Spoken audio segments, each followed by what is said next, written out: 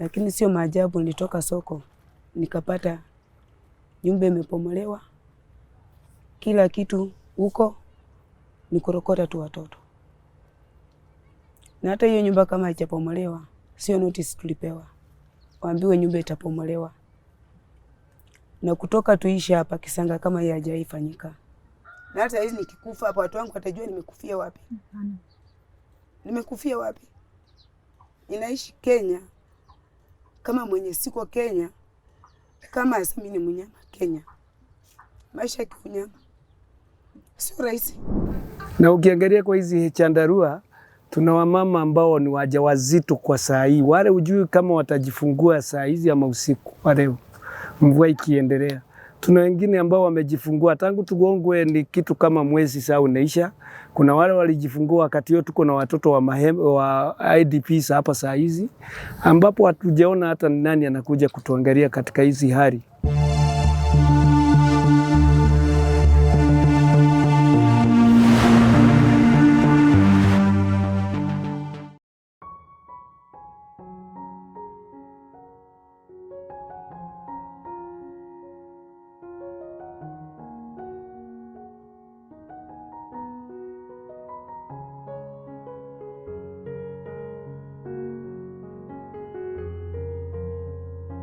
Justin Nanjala burns an electric pole in an attempt to keep her family warm. This has been the routine for the 35-year-old mother of two. She was forced to put up a makeshift tent in Mukuru Kwa Njenga Slums after the government allegedly demolished her home.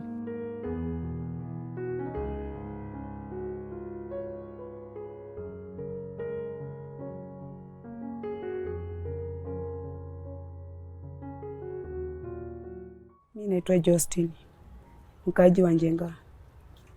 Sasa nimeshikana matopeni. Nimekaa hapa kwa miaka 15. Lakini Kisanga imefanyika ni maajabu kwangu. Mimi mwenyewe sijaajiriwa na mtu. Kazi yangu ilikuwa nauza nyanya. Natoa tauni nikiuza.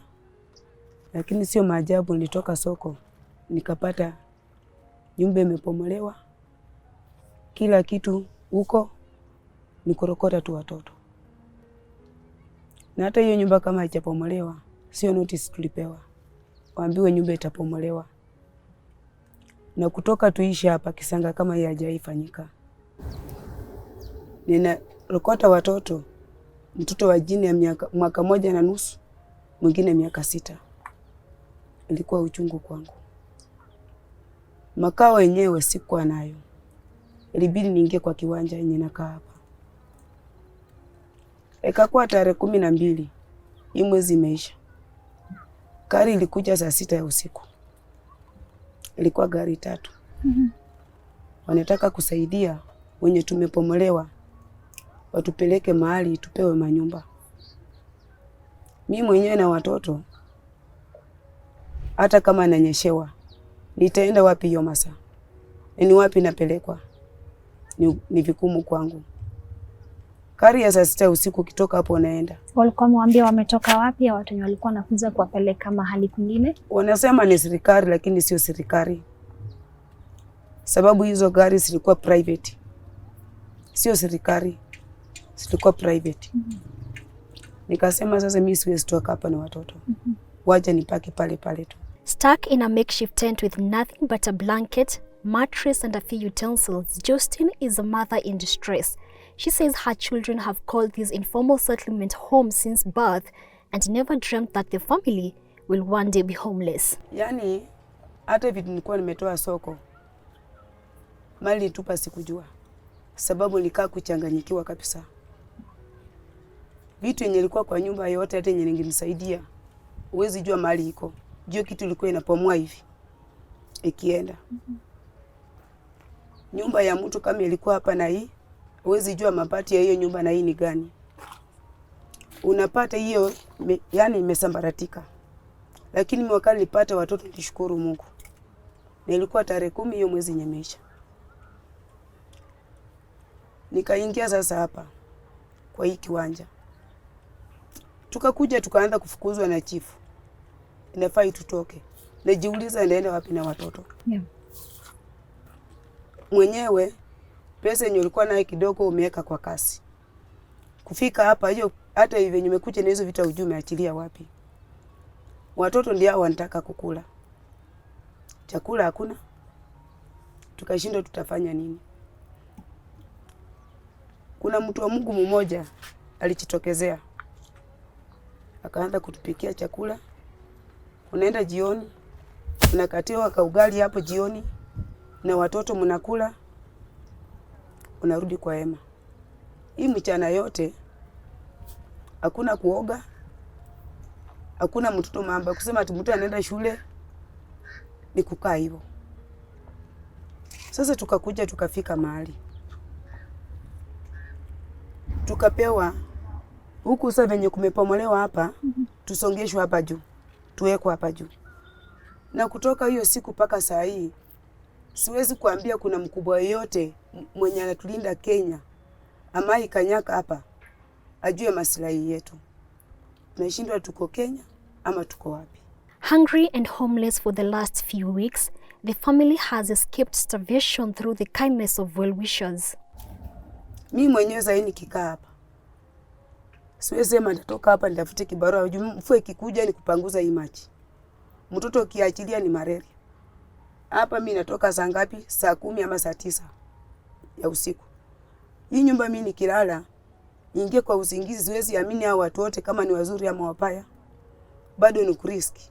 Mimi nikapa na watoto. Nikisema saa hizi nitoka hapa kama ninasema naenda zama alisaliwa. Ndaendea nini? Sina kitu ya kuendea. Mimi ni kukaa hapa. Sasa hapa siwezi jua ndakuja toka aje. Yeah. Ni ngumu. Tumekuja tukapata ikifika hii mwezi tarehe 20. Tukapata mtu mmoja alichitokeza. Tukaletewa hapa maji.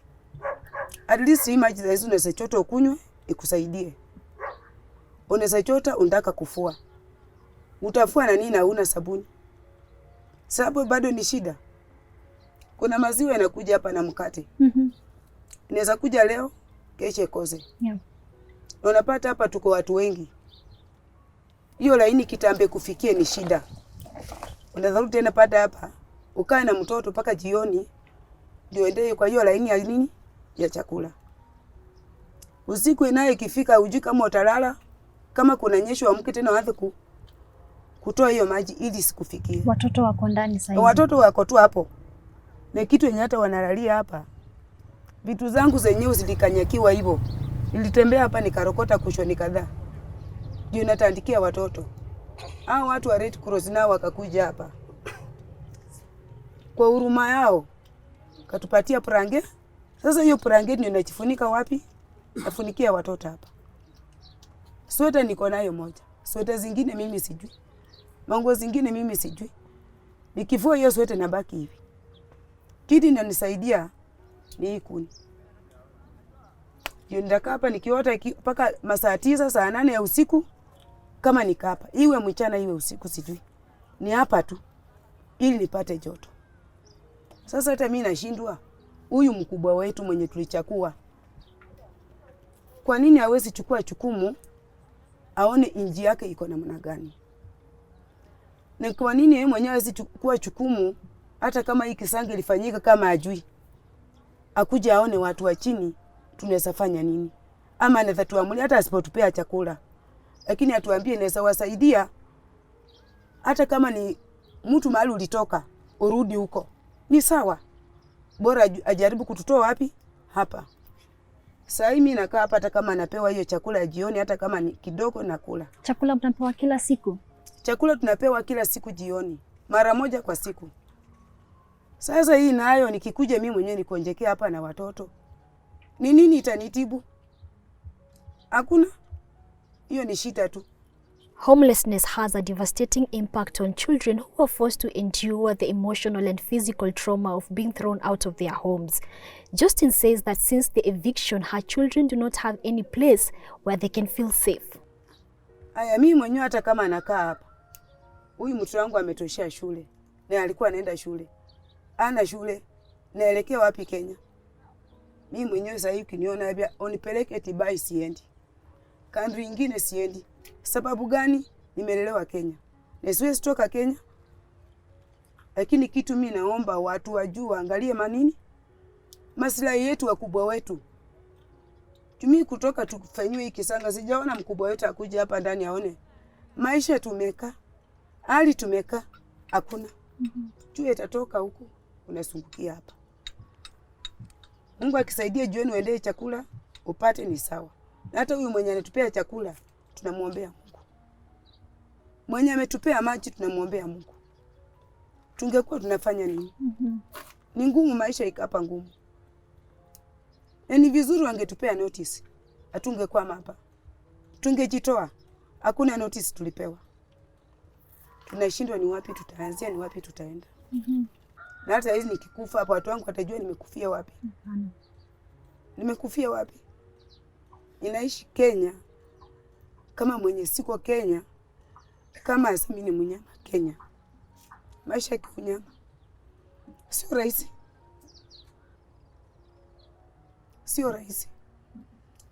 Huyu mtu niko na watoto wenye nakwambia hawa wadogo.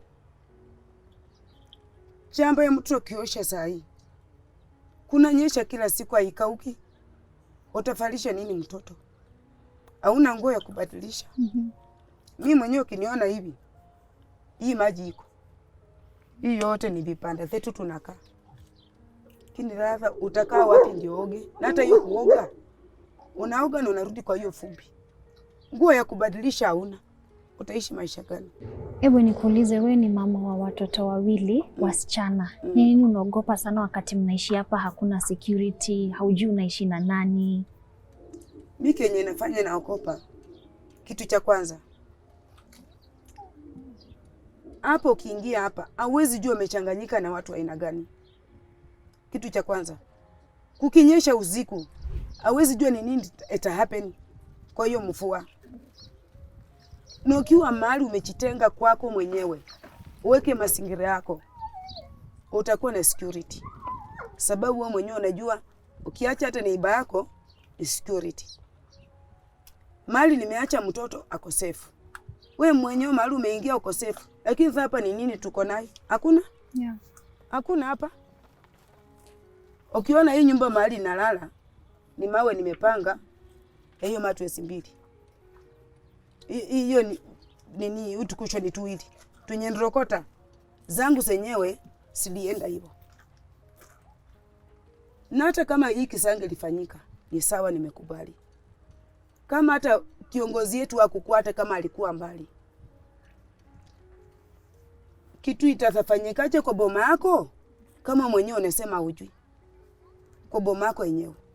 Na kama ilifanyika kama hujui, so fika kwa hiyo boma uone kukaje. Atusaidie mahali ataweza. Hata kama ni kurudi mahali tulitoka, turudi nyumba. Sasa mtu kama mimi hapa nami ninashindwa naelekea wapi. Hata usipofamiwa niadhiriwa hapa na magonjwa, hiyo ni choo. Hiyo choo ilipomolewa ni shimo. Harufu inatoa hapo inatuingia hapa. Hatuna usafi hapa. Na hiyo bado ni ugonjwa. Utaambia wapi utaelekea wapi? Hiyo maisha ikapa ni ngumu. Usiku ni kama mchana kwetu. Sababu wenye umekalia hii hivyo ndio tena usiku utakuwa hivyo. Na kukula omba Mungu kama utapata hiyo jioni. Na maziwa nayo omba Mungu inaweza kuja leo ukose ama ukose kuje kesho. Kwa sababu watu tuko wengi na tukapa na watoto. In a country plagued by economic disparity, Justin's husband, a casual laborer struggling to get work, says that he is worried about his daughter's safety. Kwa maisha ndio kesia kwa haraka. Mkaachwa hii kijiji miaka 12. Huko nikifanya kazi kwa Mwendi akafunga kampuni akaenda kwingine. Sasa nikaanza kufanya kazi ya mchengo. Sasa hii mvua venye iko kuna kazi ya mchengo inaendelea. Ukakaa hapa. Hapa hii korisi sana. Ujui usiku hapa mvua sasa ndio inanyesha. Mtoto akishika na pneumonia, tutampeleka wapi? Macho wametuletea hapa. Unawagea wapi? Nguo nafulia wapi? Hata sasa ukiniangalia niko tu hivi. Unaanza kubadilisha. Mahali ya kuogea hakuna. Na mmoja ametuletea chakula hapa, na tuletea hiyo chakula siku moja asubuhi jioni peke yake. asubuhi utakula nini? Hapa kuna machozi kwa wazi. Machozi pamoja hapa siko wazi. Mtoto anasaingia ndani. Machozi kwa wazi hapa. Machupa siko hapa na samchoma. Kitu mingi hapa ni risk. Risk sana hapa. 64-year-old Boniface Mwema is among thousands of Kenyans who live in makeshift shelters. As heavy rains continue to pound the city, we find him soaking up outside his makeshift tent made of any materials that he could come by. Jina yangu naitwa Boniface Mwema Mulwa. Huko nilikuja 97 na nililetwa huko ni kampuni ya Safaricom. Kwa hivyo nilifanya na hiyo kazi mpaka kakuja mwenyewe nikapata accident. Watoto wangu nilikuwa naishi nao, lakini siliko niliumia. Naona sina uwezo wa wengine wakaenda nyumbani, ngarudisha nyumbani. Mama yuko, mama ameenda kwao na mimi nikamwambia nenda kana watoto wangu. Basi niko na watoto watatu, siko na watoto wengi. Yeah. The demolition has left him with few options, and even as the weather department warns of more rain, his main concern is the fact that he is unable to access food and medication. Nilipomolewa kama miko kwa hii plot. Na nilistuka kama tinga imekanyanga wapi. Niliona mkuu yake vile imekanyanga hapo na hapa. Ndio nyumba yangu ikasukumwa, ikaanguka. Kuanguka kwake ndio nilichupiwa vitu mpaka pale, ndio nilikaa tu hiyo. Kutoka siku hiyo sikupata usaidizi. Usaidizi ni Red Cross, na Red Cross alitupea ni tents peke yake. Sawa. Kutoka hivyo ndio ni watu wa pili kuja kuniuliza. Chakula unatoa wapi? Chakula ngumu. Ninapatanga na ngumu. Sababu napeangwa ni Catholic Saturday. Na si chakula ile ati una hii na hapana. Anapeana mfuko mbili tu ya unga. Mimi nakuja napikia hapa nje. Sipiki nje pale nje, na sina nyumba, nitapikia wapi? Sinapikia hapa nje. Sasa iko mbwa. Mimi nakaa tu na hiyo mbwa yangu. Si unaona vile tunakaa na wewe? Niko namna hiyo tu. Sina nyumba ya kukaa ndani. Nikaa hapa nje. Kuoga ni ngumu, sababu tangu tupomolewa wale watu wanakaa hapa ni watu kama mimi. Sina karai wamefunja yote. Na sina kitu kingine naweza kukaa na jiko wamefunja, stove wamefunja. Sasa mimi napikanga na kuni. Nalokota kuni huko kama maskini, nakuja napika chakula. The lives of the evictee remain in a limbo, claiming they are yet to receive the building materials promised by the government. Kwa majina naitwa James Kariuki. Mimi ni mzee wa nyumba 10. Nilikuwa mzee wa nyumba 10 sababu kijiji kilisha, kwa hivyo nyumba 10 ni kama ilibomoka hapo. Lakini saa hizi tumebaki mahame ambayo mnaona katika hiyo kama kwa upande wa runinga ukiangalia mnaona mahema hapa ambazo ni vitu amba hata mwanadamu hawezi ishi ndani yake. Kwa mfano saa hizi kuna mvua mkali, hata saa hii ndio mvua imepunguka saa hizi. Na ukiangalia kwa hizi chandarua tuna wamama ambao ni wajawazito kwa saa hii. Wale hujui kama watajifungua saa hizi ama usiku wale mvua ikiendelea. Tuna wengine ambao wamejifungua tangu tugongwe ni kitu kama mwezi saa unaisha. Kuna wale walijifungua wakati hiyo tuko na watoto wa IDPs hapa saa hizi, ambapo hatujaona hata nani anakuja kutuangalia katika hizi hali. Na kwa hivyo kubomoa kwa kijiji hapo ndio tunashindwa, kwa sababu zile vitu zilibomoa ni mali ya government ambaye ni mashini zao. Hizo plant machine zilitumika ni zao. Bado si tunawadai. Kwa mfano siku ya leo, na mimi naomba kabisa serikali ielewe. Ni siku ngumu zaidi kwa mwanafunzi ambaye alibomolewa, wazazi walibomolewa manyumba. Hii watoto waendi shule, atatoka shule na anaenda wapi? Na amelala wapi ndio aende ile shule? Atasikiza mwalimu ama atasikisha ile shida amelala naye akiota moto mpaka kumekucha? In fact hata kama kweli serikali inafikiria vizuri, si hatupigani na serikali. Lakini kusema ukweli serikali tunaiuliza kweli kabisa hawajajua hiki kiza kilitendeka na mkora mpaka wale wajashikwa 1 month. Mimi yangu ningeuliza makanisa Kenya, Waislamu, simkujeni mtu okoe. Muone kuna watoto hapa wanasaliwa. Hizo makanisa mna attend churches on Sundays. Nyinyi mko Nairobi County. Why should you not come Mukuru Kwa Njenga? You attend the churches here. Kujeni muopreach, mkujeni muomboleze na sisi, sababu hii ni maombolezi tunafanya. Mali zetu zilikanyagwa chini, ungeruhusiwa kutoa. Kama nyumba ilikuwa na kipofu kuisha, kama ilikuwa na kiwete kuisha, sababu hatukuruhusiwa. Rungu ndio ilikuwa inatawala hapa. As thousands of families endure the heavy rains, the trauma of being thrown out of their own homes, the evictees urge the government to address their plight as a matter of urgency. President Uhuru hata anasema eti wakati nini ilifanyika yajui. Na kwa anasokasaje kujua kitu. Na kwa saje kujua. Anajua hata kama hakukua. Angekuwa kuja mwenyewe akuja angalia watu wenyewe anasikianga watu walipomolewa. Angekuja aone hii watu anaweza kusaidia aje. Tuko na kwetu. Angekuja tutaka ni fair, ungeenda Nairobi. Ningepeleka familia yangu nyumbani ikae safe. Ningetomba serikali kama kuna uwezo atupe fair. Ningetoka hapa familia yangu hapa iko risiki sana. Hapa naofia sana. Mimi Kenya ningeambia serikali waangalie watu wa chini. Kutoka hapa ikisange lifanyika. Tafadhali yoyote anaweza kuwa na uwezo wa kusaidia. Afike, sisi hatuna ubaya. Ni kitu imesha happen. At least wasaidie venye naweza toka hapa. Juu sababu mahali tumekaa ni riski. Saizi ukiwa unalala hapa kwa nyumba, na venye mimi nalala na watoto, mtu akuje na mawe arushe kwa kichwa mahali umelala, utaamuka? Na uko ndani umelala, unajua mwenye yako nje? Hiyo ni kuriski.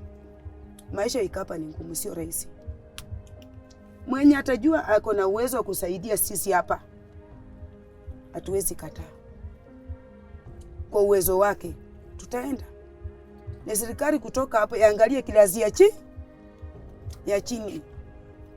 Sasa kama sisi tuko na hii maisha, watoto wetu mbeleni watakuwa na serikali. Kama vitu kama hizi na happen, watoto wetu mbeleni watakuwa na serikali. Serikali itakuwa Kenya. Kama hii tunaipitia sisi, mbeleni watu watapitia maisha gani? Ni ngumu. Sio rahisi. Mwenye ako na uwezo mahali popote kwa serikali au wakubwa wetu, hii ni kitu imesha happen, achitokeza tusaidie. In a country where people have 2 or more houses, these people have nowhere to call homes. The residents of Mukuru Kwa Njenga were forced to pitch tents after the government allegedly demolished their homes. Anya Thera, Tuko News.